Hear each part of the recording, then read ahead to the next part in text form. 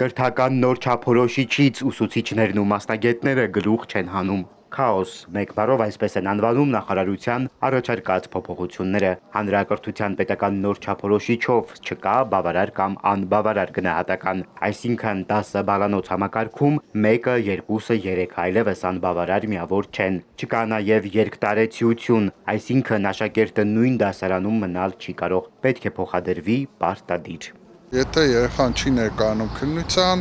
նշանակվում է վերաքննություն, եւ եթե վերաքննության էլ չի գալիս կամ բացական է ստանում, ամփոփվում է իր գնահատականը ըստ իր ընթացիկ թվանշանների։ Զուտ հումանիստական նպատակով, ասում է մասնագետը, գուցե արդարացի է հրաժարվել է գնահատականներից։ Շատ դեպքերում ուսուցիչները ստիպված նշանակում էին բավարար, որ աշակերտը փոխադրվեր հաջորդ դասարան։ Հիմա փաստորեն թվանշան նկարելու հարկ չի լինի, ինչու էր պետք դրական կամ բացասական գնահատականը։ Բացասական թվանշանը, որ կար նախկին եւ երկտարեցիությունը,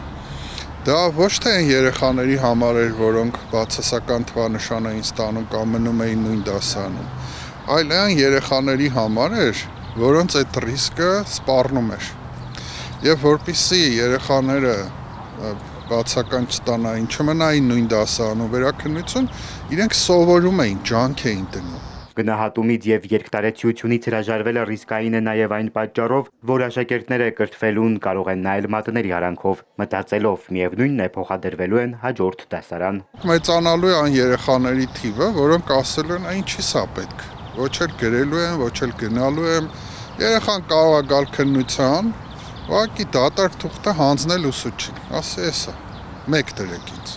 Միևնույնն է, ես ավարտելու եմ։ Ըստ Խաչատրյանի դրական կամ բացասական գնահատականներից հրաժարվելը անդրադառնում է առհասարակ բոլորի վրա։ Նախարարությունը լավ չի պատկերացրել կամ հաշվարկել թվանշանից հրաժարվելուց հետո դրա փոխարեն ինչ է ներդրվելու, ինչով կամ ինչպես է գրավելու աշակերտին։ Կա երեխաների զգալի խումբ, որոնք այո, հենց էլ սովորում են թվանշանի համար։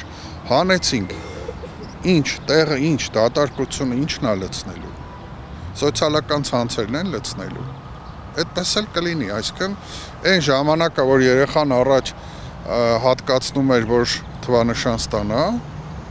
սովորի մի բան, հիմա ինքը այդ ժամանակը ուրիշ բանի վրա կծախսի։ 2024-25 ուստարում նոր չափորոշիչը ներդրվել է 12 դասարաններից 7-ում, բացառությամբ Տավուշի, որտեղ պիլոտային ծրագրով մարզի բոլոր դպրոցների բոլոր 12 դասարաններում է ներդրվել։ 2025-26 ուսումնական տարում նոր չափորոշիչը կներդրվի առաջին, 4-րդ, 9-րդ եւ 11-րդ դասարաններում, 2026-27-ին 12-րդ դասարանում, ինչից հետո հանրապետության բոլոր դպրոցներում կամբողջացվի չափորոշիչի կիրառությունը։